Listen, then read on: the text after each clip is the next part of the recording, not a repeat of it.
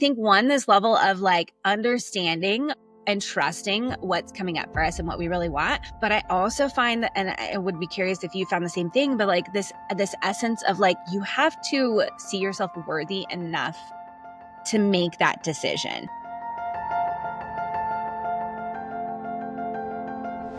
Hey, Jessica, welcome to the podcast. I am so honored to have you here. Thank you for having me. I am so excited to talk to you. I know.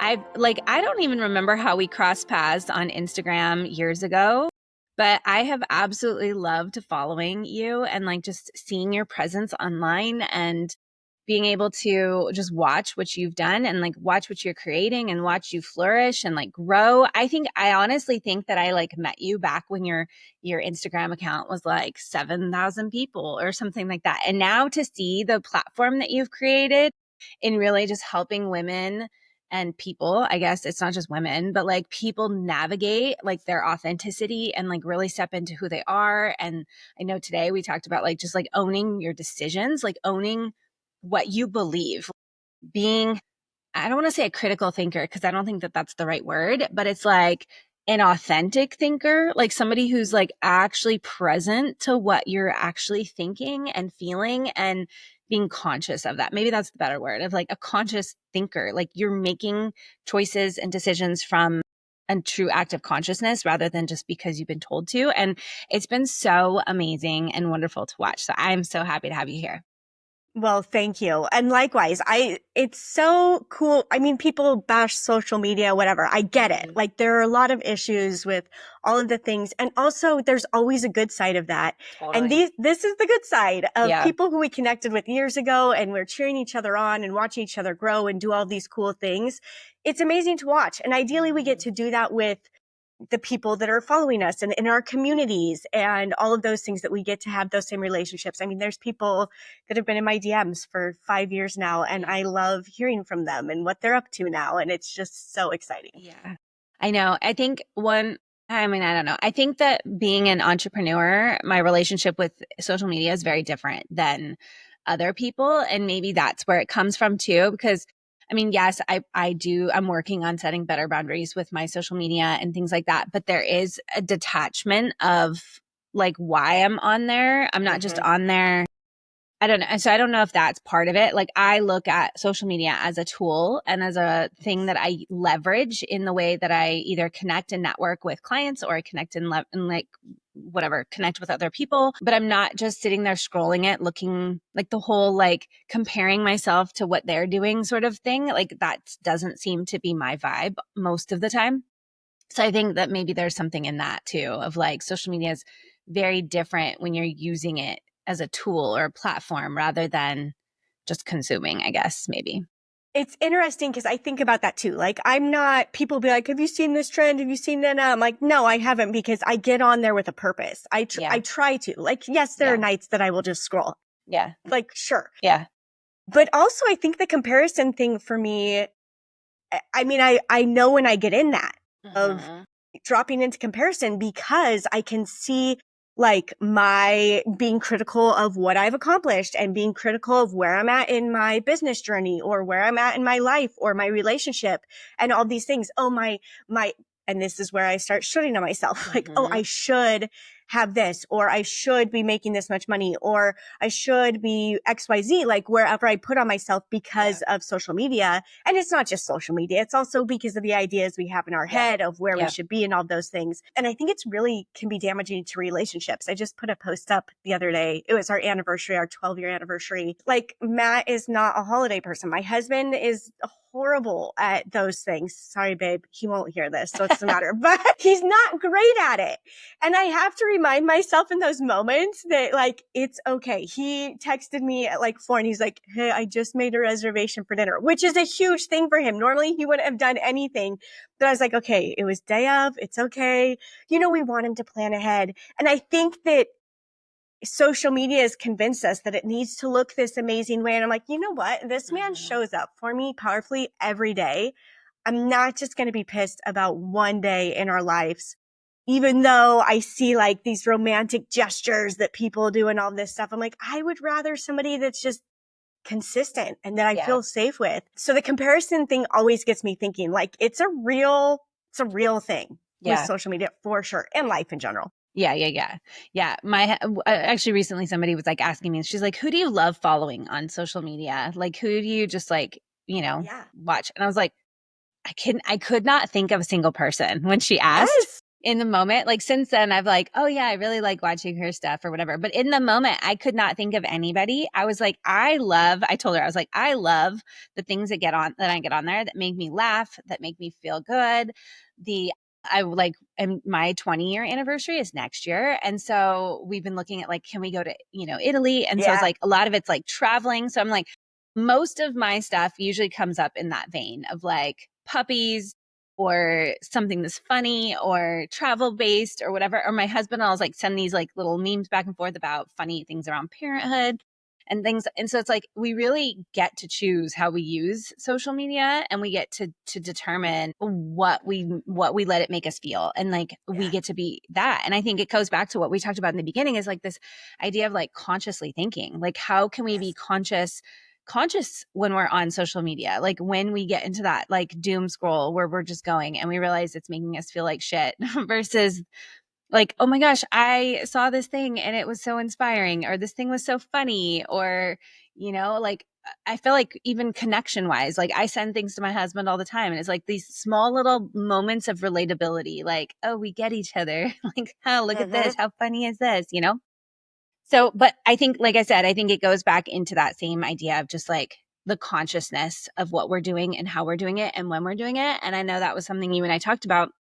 And I said, do you think it comes when we like turn 40? Because I definitely feel I would say probably the last decade, it's like exponentially grown super fast in probably the last like 3 to 4 years, of the sense of really questioning everything, like watching stuff politically, watching myself, watching like religious stuff, watching all of it, and just having this very inquisitive, like questioning mind with all of it, and really wondering, like, why do I believe this? Like, why is this the way? And like, and like, I hear other people's thoughts. Like, I heard somebody post on social media yesterday something, and it's had me running through my head, like, why? Like, not why do people believe that, but like why and how did that conditioning happen, And so anyway, I would just love to like open up the Yeah. conversation there. Yeah. I have so many thoughts on this. And it is like the condition or the consciousness comes for us at so many different points in our lives. Like some of us, I was telling you before we started recording, mine came from when my ex-husband came out as gay, and then when he had an affair with a man. Like it's all of these moments that start us questioning our beliefs, our how we've lived, how our life is supposed to look, how it should look. And it really comes back to a lot of those shoulds that we've put on ourselves of, oh, it has to be this way. Oh, it's supposed to be this way. And when we start seeing those, we can start unpacking them of like, Mm-hmm. okay, but like, Mm-hmm. where did this belief come from? And is it actually something I want to buy into? Is it something I believe? Is it something that I need to align with? I mean, I stayed married to my ex-husband for 6.5 years after I knew he was gay, because I was kind of in this process of rethinking what marriage and life needs to look like. Like, what does this really mean to me? And then when we got divorced, I rethought what divorce should look like. We had only seen one version of divorce. Mm-hmm. And I was like, no, I don't want that version of divorce. I don't want to be bitter Mm-hmm. and angry at this man my whole life. I don't want my daughter to worry about us being in the same room together at anything that's important to her. And even putting on her what her life should look like, I've totally rethought. I used to say, like, I didn't want her to have to think about, Steve and I being together when she gets married and when she graduates and all of these things. And I'm like, I don't know what her life is going to look like. Mine sure as hell hasn't looked like how I thought it was going to look Yeah. like. So I Yeah. don't know what her life is going to look like. And so I think it's really powerful for us to start recognizing those things and to have those moments of like, deep thought of, why is this impacting me? Why do people believe this way and I believe this way? Even if we're never going to believe the same way as them, it's still interesting to think about because it comes back to us and why, ideally, we bring it back to us and why we believe the thing we believe. Yeah. And conditioning starts at a very young age. One of the things that I've really started focusing on in my coaching programs and like in my book that's coming out and everything is that we are the first person we are taught not to trust. And when we hear that, we were like, what? What do you mean? But specifically in all of those areas you were just talking about, our parents, our teachers, in church, religion, in society, in patriarchal society, like anything, we are taught not to trust ourselves. So it starts when well-meaning, well-intentioned adults say things like, you shouldn't feel that way. You shouldn't want that. It doesn't hurt that bad. It's not that big of a deal. And they're just trying to help us. Like they're trying to get us out of a state of pain or a state of lack or whatever. And it might be their own discomfort with our feelings that they're like, okay, I need to fix this. And that's my job as their parent, is to fix it. When really, if they could let us sit in some of that feeling, if we could understand that those feelings are real and the clothes we want to wear, there's nothing wrong with those. Maybe they're not appropriate for the weather, and that's a teaching moment. But also, why does it matter what we wear or how we want to do our hair or any of those things? And they think they're protecting us from being judged or being made fun of or all of these things, but really it's just teaching us to disconnect from ourselves. So at a very young age, we are taught that what we want and what we need is wrong. And so we take that and we want to connect, like, well, we want outside validation. We seek that. We seek for that conditioning. Well, what is right? If I don't know how I'm feeling, how am I supposed to feel? How should I feel? If I don't know how I'm supposed to dress, how should I dress? And I mean, that amplifies. We look at teenage years and it just gets more amplified. You should wear this. You should do that. You need to wear these shoes. You need to play this instrument. You need to play this sport. Like all of these things. It doesn't matter what group of friends you are in, there are all these things that you should do to fit in. And then we hit adulthood. And for us now, that looks like social media and Pinterest and jobs of how that's supposed to be and how it should look. And that conditioning is so deep. And we're so convinced that if we just keep following this path, if we keep doing the thing we're supposed to do, then ultimately we are going to find this place of peace, of happiness, of safety. And we're not going to get there that way because we're so disconnected from ourselves. We can't feel safe. We can't feel safe in our relationships. We can't feel safe in religion. We can't feel safe in the society. We can't feel safe in whatever because we don't feel safe within ourselves. We don't trust ourselves. And so we have to unlearn all of this conditioning, find what actually feels right for us, and do the really bold, scary thing of connecting back to ourselves. So good. Oh, okay. So it's funny that you bring this up because I just yesterday, when I was at the hospital, was talking to a mom and we were talking about feeding. And so much of what I do in the NICU is like helping people and nurses and the moms and whoever feed the baby based on the baby's cues and like actually listening to what the baby's saying.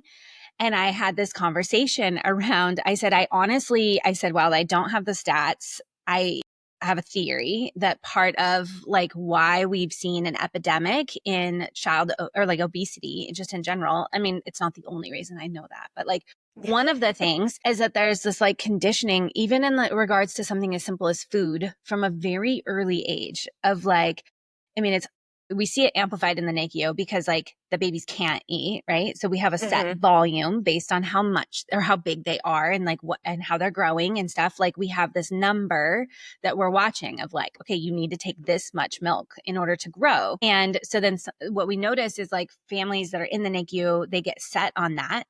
And so even though as the baby's transitioning to home, we transition to baby gets to choose how much they want to eat and how often they want to eat and whenever they want to eat, which is more like a baby that would have not been in the NICU. Parents are still perseverating on that number.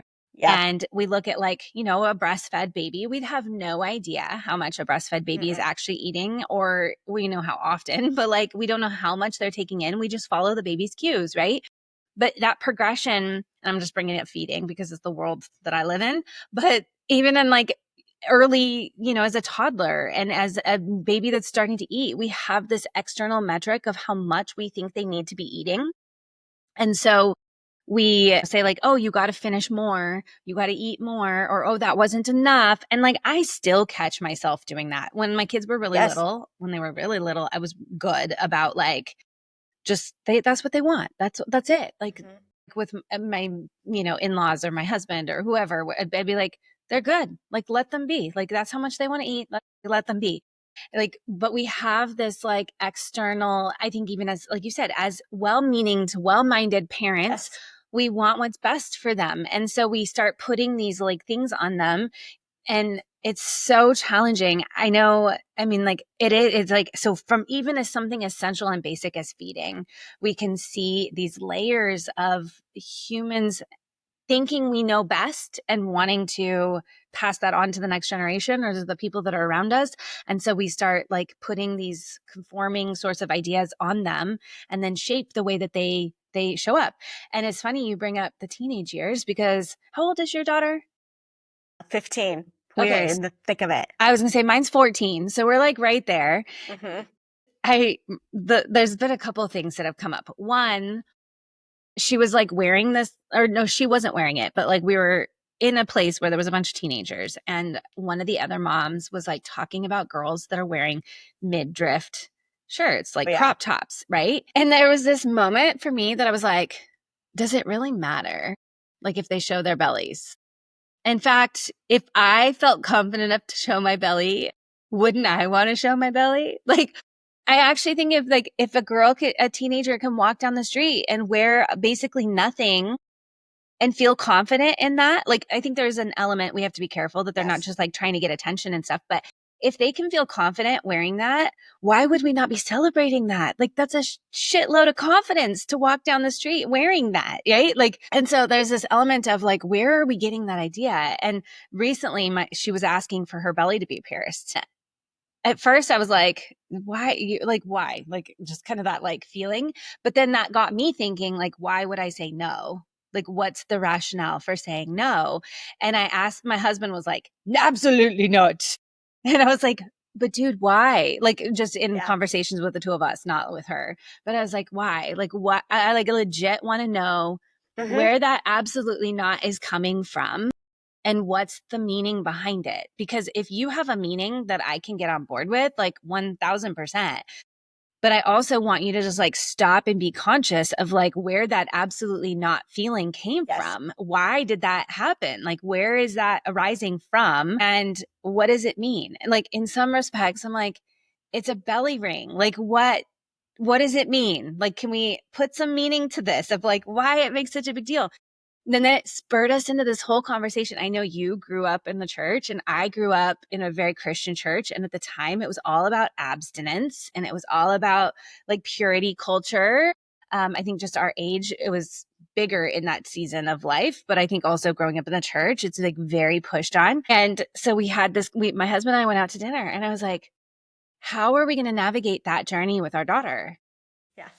Like, Because it's coming. it's coming. Like, is that something that we're going to be like, that's the best road? Is that the best route? And I was like, there's part of me that's like, do I want to even put that idea of like, you have to wait till marriage to have sex?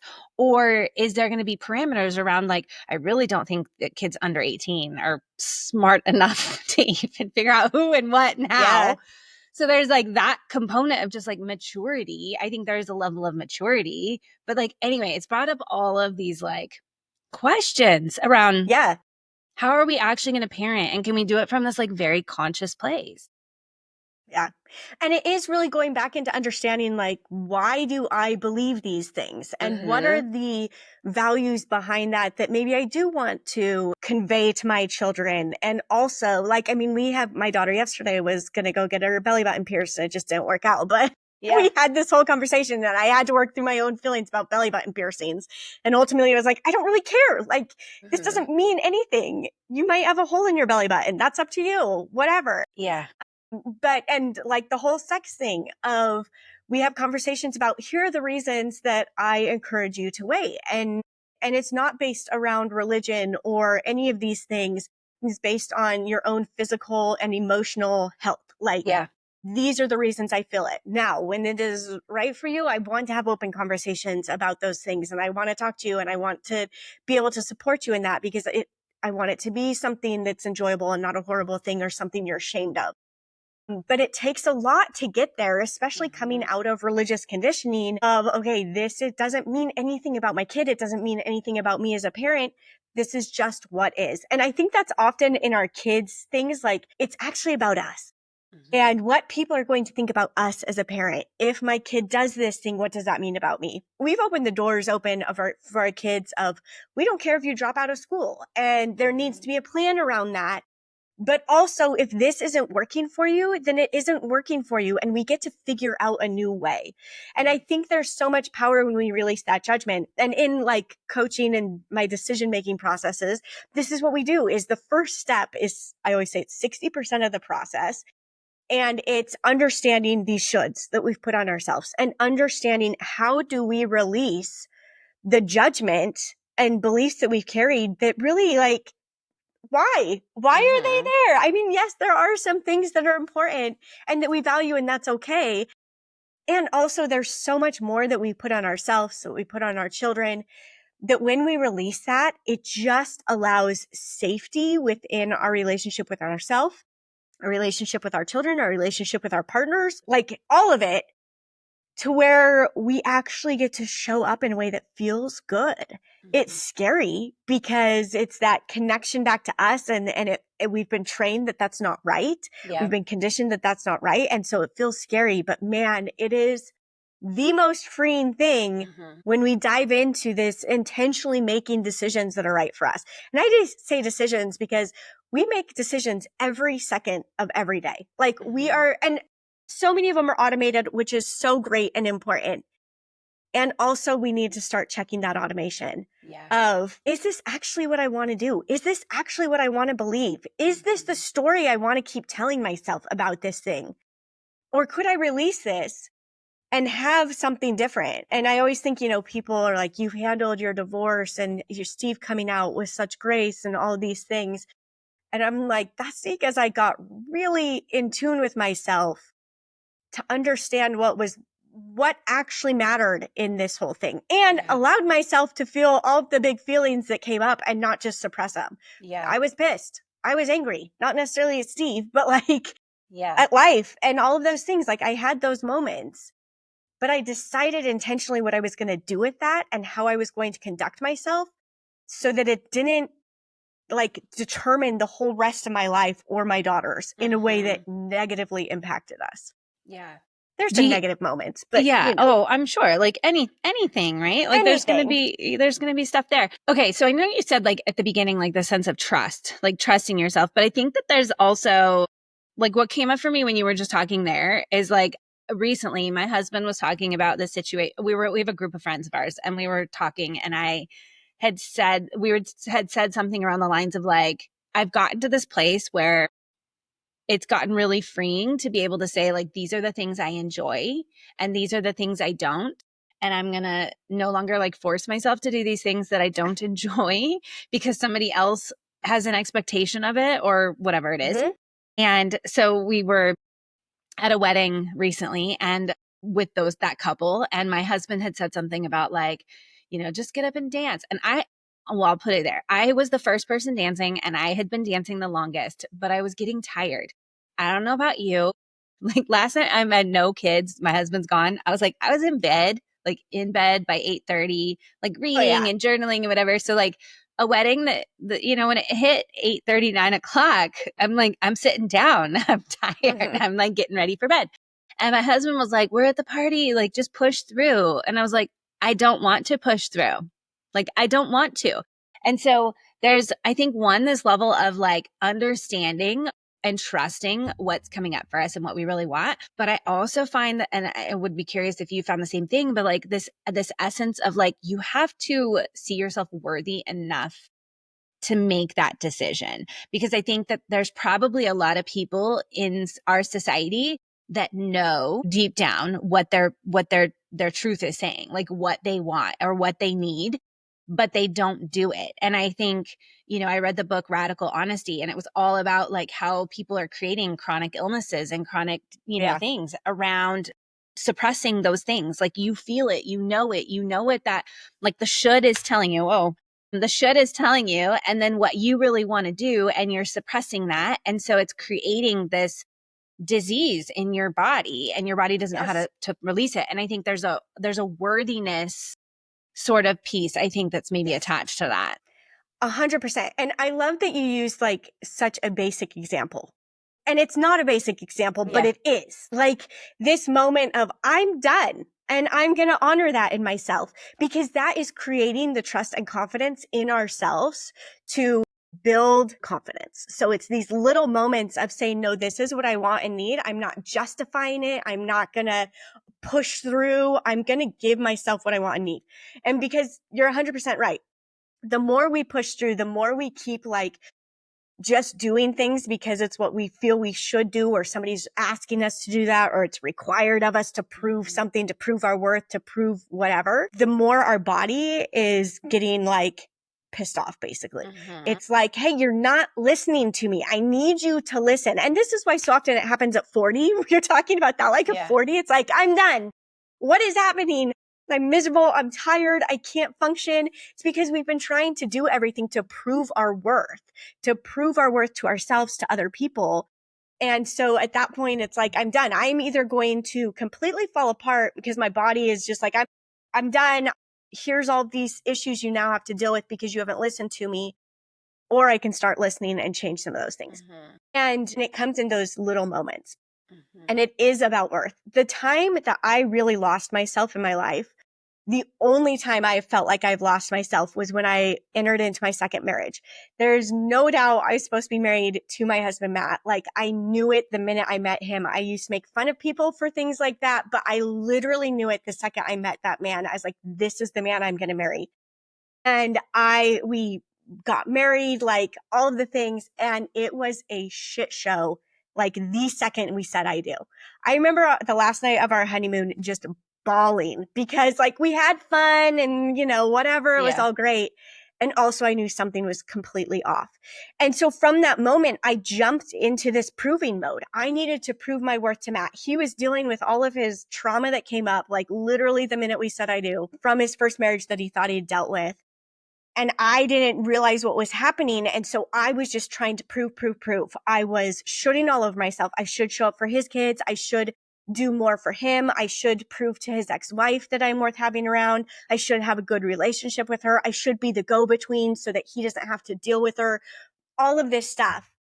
And I developed like, I have TMJ now, like that I have to deal with. I was sick for almost 6 years, like because my body was like, you can't keep doing this. So I would be sick for 2 weeks. My immune system was shot. Then for like a week, I would feel good. And then I would go back down again and be sick because I wasn't listening to myself. And while 6 years in, I was okay. I was listening to myself at that point. It was the long-term effects of me not listening to myself and being so detached from what it was I wanted and needed. Yeah. And I left a year into our marriage, like literally our anniversary. I was like, I am out. This is not what I signed up for. And it was at that point that I realized I was more afraid of losing myself than I was of losing this man. And it took me getting there to be like, I can't do this anymore. I can't give up my relationship with myself. I can't give up my relationship with my daughter. And I wasn't, but like it was going towards that. And I was like, I don't want that. And so I left. I had a full-time job by the end of the weekend. I found a place for Penny and I to live. I was like, I'm done. And then I thought, you haven't done this in a way that you are true to yourself. You know, you love this man. You know, there's something here. You didn't do this in a way where you were true to yourself. You went in fully trying to prove your worth the whole time and giving up who you were. And that's not who I am. That's not how I run. And I went back and I was like, I'm going to go back. And the only person I'm trying to prove my worth to this time or to show up for is myself and my daughter. Not that I wasn't going to show up for my husband and his kids, but you know how that is. And I show up for us first. And I remember walking in that door to our house, and my husband did not want me there. Like, it's like one of the most horrible memories, but also one of the most empowering, because I knew that there was something there, and I knew how to get myself there and ultimately us there. And so I came back and started setting boundaries and releasing that should. I no longer communicated with his ex-wife. That was on him. And at first that was like a hard thing for him because we had established this pattern. And he was like, but why not? And he didn't really question me, but I could tell there was like questioning going on in his head. And then he saw how it started to heal things and how I wasn't carrying all this weight. This was his commitment. It was his kids. It was easier for him to carry. He'd been married to her. He knew her, Yeah. And then I started setting other boundaries in place. And some of them made me look like a real bitch. Like, I, at one point, would not make lunches for his kids to take to school. They went to a school where they had gone to a school where they had to have packed lunch every day. And I'd packed them. As soon as they switched to a public school, I said, I will not be packing lunches. They can take hot lunch, or you can pack them, or they can pack their own. And on the outside, that looked like I was such a jerk because I was packing Matt's lunch and Penny's lunch because I loved doing it. Like, it was a love language for me. But his ex-wife was showing up at the school to check their lunches every day. She was putting in court paperwork that I was withholding food from them. And like all of these things. And I'm like, this isn't serving anybody. It's putting the kids in a really crappy situation because they see what's going on. It's stressing me out every morning first thing because I'm making these lunches, like, stressed out of my mind about what is she going to say about this. And I was like, this isn't working. And so from the outside, it looked like I was a real jerk. But then it started healing things in our relationship because it was one less thing that these kids had to deal with as a source of conflict between me and their mom. It was one less thing they had to worry about in their lives. And then one less thing I had to worry about. And one less thing Matt had to worry about. And so sometimes those shoulds we put on ourselves, well, to be a good wife, to be a good stepmom, I should be doing this thing. Yeah. Is really harming things. And it saved mine and Matt's relationship because the more I was showing up for myself and voicing what I needed, the more Matt felt safe to vocalize what he needed. The more our kids felt safe to vocalize their wants and needs. And so it really has this ripple effect. And so when we go into releasing these shoulds, it empowers us and it allows the people around us to be empowered. And it reminds us that we're worthy. Yeah. And it all comes back to that understanding that we are worthy of this and creates that trust in ourselves, that safety within ourselves to know we are worthy.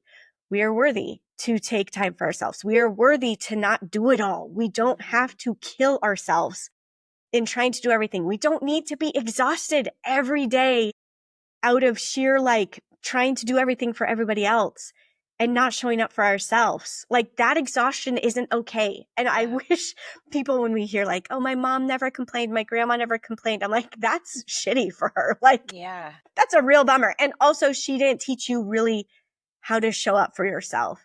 This woman suffered, and I am not going to live in suffering. And I don't want any other women to either. That's why I do what I do. And our world was just so different. Like the expectations, like, we cannot even compare ourselves to like what our parents had to deal with and like where they were at. And like, even like people will say like, well, I grew up fine, or like I did that when I was a kid and I turned out just fine. It's like all of that mentality, like our world is so different, like so different. Like I was actually, my daughter has a little journal. Like each of them have one where it's like mom and me journal. And so it'll ask me questions and like I write and then I pass it to her and like she writes back. Anyway, they're out of town. So last night I was like, I'm going to write in one of their journals. And the question was like, how is life different from when you were a kid to today?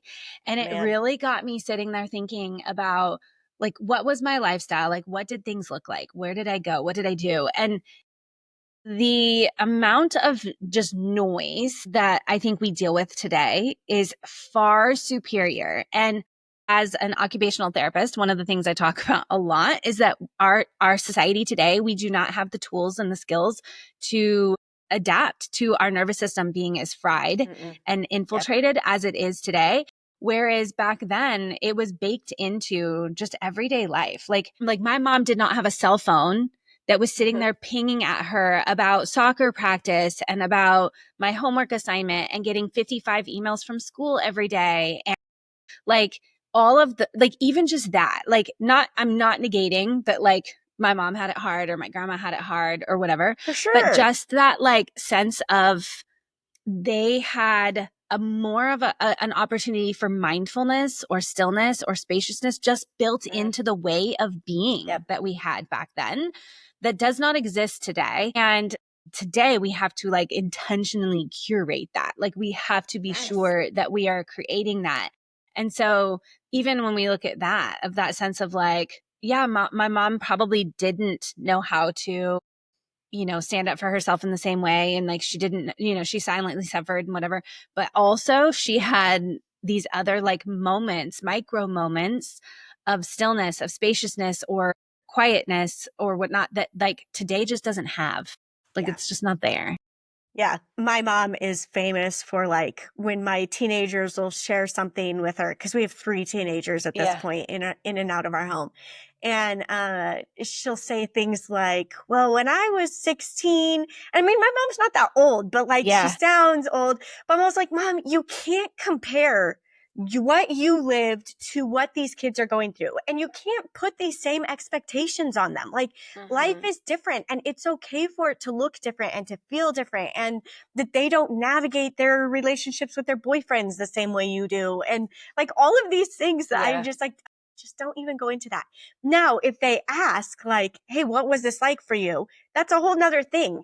And it's just leaving those doors open because that's putting comparison on our kids. That's putting shit on our kids. Every time we say that of like, oh, well, when I was your age, like blah, blah, blah, blah, blah, in a way that is kind Yeah. of shaming them or condemning them or like, well, you should be able to do this. It should be fine. It should whatever. It instills in them, well, I'm not enough. I'm not worthy, or I should be doing this. And we create that division of worth. Now, we're Yeah. all going to make mistakes in that. It's Yeah. okay. But just owning that and recognizing that. I tell my daughter that all the time. I'll be like, hey, these are why I carry these thoughts and feelings. And also, you're welcome to have different thoughts and feelings. And I don't know that mine were good or bad or right or wrong. And that's why, like, it just is. Yeah. And therefore, whatever you were doing just is. Like, it's not right or wrong or good or bad. She'll ask me that all the time. Well, is it wrong that I want it? Is it bad that I want to do this? I'm like, no, it just is. This is what is in you. It just is. And you get to see it and try it and deal with the consequences and figure it out along the way. Mm-hmm. It's all learning. Anyway, Mm-hmm. Yeah, I love that, like that motto of like it just is, because I think that carries. I think, I mean, even for me, like in business or in anything I'm doing, I'm not always looking for like, is this the right avenue? Is this going to be the thing that works? Is this going to be whatever, you know? And I think it's so easy for us, and it kind of circles back to that whole idea of just like trusting ourselves, which is yes, so much of what, like, you know, I'm in the same boat of like, I want women to learn to trust themselves. Like if yes, that's my like number one mission. And for me, it's like this body based way of like, do you know how to actually listen to your body mm-hmm. and set the standard or the boundary of like, this is what I want and this is what I don't want. But I think that that sense of like, we want to know, like, this is what I'm actually feeling. Is this right or is this wrong? Is so big. And I love what you just said there around that like idea of like, it just is. And can we like detach the meaning from it? Because the meaning is just a story, a conditioning from somebody 100%. somewhere. So like, can we just embrace what it is and know that like, as we, somewhere recently, they used the word, what was it? Oh, they said like not using the word consequences, but like there's just outcomes.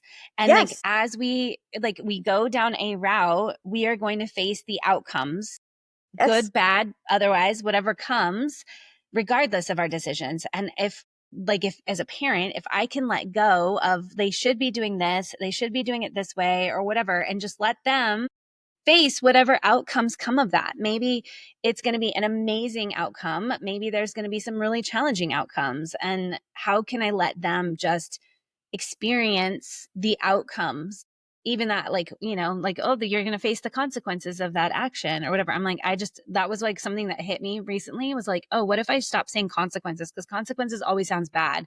But like, what yeah. if their route is actually better? What can I just like pivot to saying like there may be outcomes that come from this Mhm. decision? Yeah, it's interesting because I don't know. I mean, I said the word consequences Yeah, yeah, earlier, yeah. and I don't know that I ever use that in my dialogue with my daughter. Yeah. It's just not a It just word that came. comes up. And these are the things that I tell her, like, we learn from that. This is just information. That's what I always say. It's just Mm-hmm. information on the other side Mm-hmm. of this. This isn't good or bad information. It's just information that we can then take and apply to the next time. Yeah. It's not anything other than that. And 99% of the decisions you make are not permanent. There is like not a Totally. permanent thing. Besides getting pregnant, that's a pretty, I mean, there's a lot that comes with that. It's a big one. But outside of that, most things aren't permanent. And so we can make those decisions. People are going to come at me at that. I get that there Mm-hmm. are some things that are permanent, but most of it isn't. And Mm-hmm. so we can deal with those things and understand like what it's just information on the other side. And that is Mm-hmm. how we build confidence. That is how we build trust in ourselves. That is how we build feelings of self-worth, is by taking the action and knowing that whatever on the other side is meant for me. And I will know it's giving me information of like, oh, hey, that was really a bad idea. Like that isn't going to work. So now I can go confidently the other direction, Mm-hmm. 100% move forward. I dated my gay ex-husband after we were divorced, after he had an affair, lived with that man for 6 months. We dated again. And I'm just like, what the heck was I thinking? And also I know exactly what I was thinking and why it needed to happen. And it was me the most confidence moving forward after that, and Mm-hmm. him, of just knowing, no, we have definitely made the right decision. We know what we're doing. We can love each other and move forward in new ways. But I just think I know people were dying over that decision, but it was the best decision for me. So I don't say anymore like it was the right decision. I try to eliminate that from my vocabulary and with my kids. Like we are making our next best decision that feels right for us, and that's all that matters. That Yeah. feels best for us. And it doesn't matter how anybody else views that. It's just embracing that. And to get to that point where we don't care how anybody else views that or what, people are saying, it takes a lot of consciousness. Mm-hmm. It takes a lot of intention. But we can get there. And Mm-hmm. it's a beautiful thing when we do. And obviously we're going to take some people's opinions into play. We're not just going to be like, screw everybody. We're out here doing whatever we want. I think we think that's what's going to happen. And I'm like, no, that fact that we think about that we're worried about that means it's not going to happen. We Yeah. still consider other people, and also not to the point that it's detrimental to our own health and well-being and our own worth and our Yeah. own safety and our own value. I think it's a level of like you can communicate your needs and stand firm for what you need and also do it in a very kind and considerate way. Like 100%. you can acknowledge, I think that that's part of it is like when you become really aware of what you need and you're doing it from this really conscious place, you become conscious of other people's perspectives of it too. Yes. And so when you approach it, it's like get that this is what you may want, or this is maybe what you see in this, or this is how you want it. I also see that this is where I'm at. And so I think, I mean, for the most part, I think most people that are in that space, it's not just like we're out there like selfishly just doing whatever we want, because I'm sure we've Yeah, seen those people too. for But I don't sure. think, There's always those people. but that's not even coming from a conscious place either. No. So I think it really does come from this place of like your intentionality and your consciousness of like, wow, like this is the situation. This is what I'm feeling. This is probably what they're feeling. Can I communicate with them what they're feeling? Can I be in this and like also set the expectations of what I feel like I need? And I'm sure 100%. it's probably the same for you too. Is like there's going to be those moments where we do kind of concede and we're like, okay, this is what I would prefer. This is my Yes. best. Now what is your expectation, and then how do we find that meeting place where we both feel like okay, we've got some of our needs met in this too. So I think just bringing Yes. that into is like this conversation is not just about like walking around doing only what you want all the time every time. It's this just awareness of why am I making choices and Yeah. how am I making choices. And understanding, so like in the second part of the decision making process, we go into understanding our values and why we do Mm-hmm. things that we do, not just out of the should that we do them, but like, why do I want this? And that allows us to make those maybe compromises or to think of things like, oh yeah, I don't really want to do this thing, but I do because it plays into this value that I hold. So like, I don't really want to go work out necessarily every day. And also it plays into the value that I want to take care of my body and love it because it shows up for me every day. Yeah. And I want to show up for it. And that also opens up the door of how I show love to this body. It could be all sorts of ways that I work out. It doesn't have to just look one way. I can give it grace and space, and it still fills that value. And so showing up in our relationships, yes, when we understand what it is we want and need and value, then we can say, okay, I don't really want to do this thing. And also it feeds into this value. And so I know it's going to feel good afterwards. I'm not going to be resentful and bitter. I'm going to feel connected and whatever it is we're trying to get out of or wanting to get out of that. Yeah, for sure. Yeah. Yeah, for sure. Oh, this has been such a good conversation. I think it's so needed. I think, honestly, I think more women just need to start having those conversations around like, what is it that I want? Like, honestly, I remember years ago, I don't remember one of the exercises I did inside of one of my communities. I had women like kind of write out like, what things do you really enjoy? Like when you're on your period and you want to just like recharge and refill, like what are those things that recharge you? And there was quite a few women that had no idea. They had no idea what actually would recharge them and make them feel good because we're just so caught in doing everything for everybody else or what we, like everybody thinks, oh, it's a spa day. I'm like, maybe a spa day is great and wonderful, but that may not be the only, there's so many other things that we could do that like make you feel good. And also like for me, putting a flower in my kitchen every day, like when my garden's blooming, that's one of those things like I love it, but it's also like I consciously know I'm going to choose to pick this flower and put it in my kitchen because it makes me feel good. And so even that just awareness makes the flower itself feel better, right? Versus like, I think if my husband picked it or something and put it in there, it would be nice, but it's different where it's like me actually going out and picking it and doing it is like, this is an act of self-love to myself when I put this here. And so it's like those small little things like that, when we can find those, makes such a world of difference. It comes down to really small things. And you're 100% right. Most women don't know what brings them joy. They can name all of the things that don't bring them joy. And that's like, we need to know that as well. But also we need to get in tune with the things that bring us joy and little things. These don't have to be big things. It doesn't always have to be a spa day. Spa days are great. And also maybe that's not your thing. And also they get expensive. And so like, it's not something we can do on a regular, but knowing those little things every day that bring us joy. What clothes do you put on that bring you joy? Not because it's what you should wear or what you should do, but things that actually bring you joy. It goes such a long ways. And it changes everything else in your life, like these little moments. So I think when women hear that of like, oh, that's a little thing I could do, it brings around this idea that, oh, it's not just 100% me all day, every day. These are little moments that I'm intentionally choosing myself, that I am being aware of myself, because then I'm not bitter and angry when X, Y, and Z is going on. And I'm not requiring somebody else to do it. I'm not setting as many expectations on somebody else to make me happy, to bring me peace, to make me feel safe, because I already feel those things within myself. And so when my husband doesn't show up 100% on our anniversary, it's not that big of a deal because I feel safe still. It's not this like all out, I need a divorce right that second type of moment or every year when you feel that. Instead, it's like, okay, this isn't his forte. Here's his forte. And also, I'm going to go do whatever the heck I want to celebrate this day.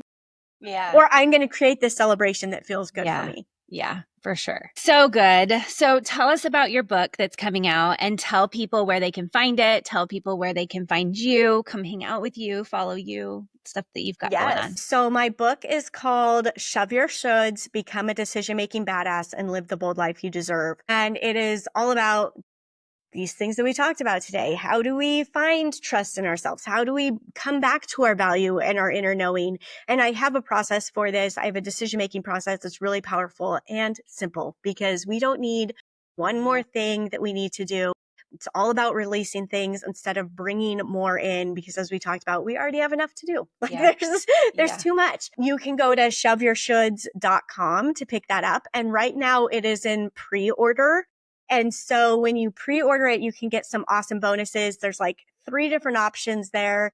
I really encourage you to at least go for the boundary builder level and join me also in the decision lab that comes along with the book when you go for that level, because we're going to really dive into this in real time in a safe group of women who are doing this work and who are ready for more.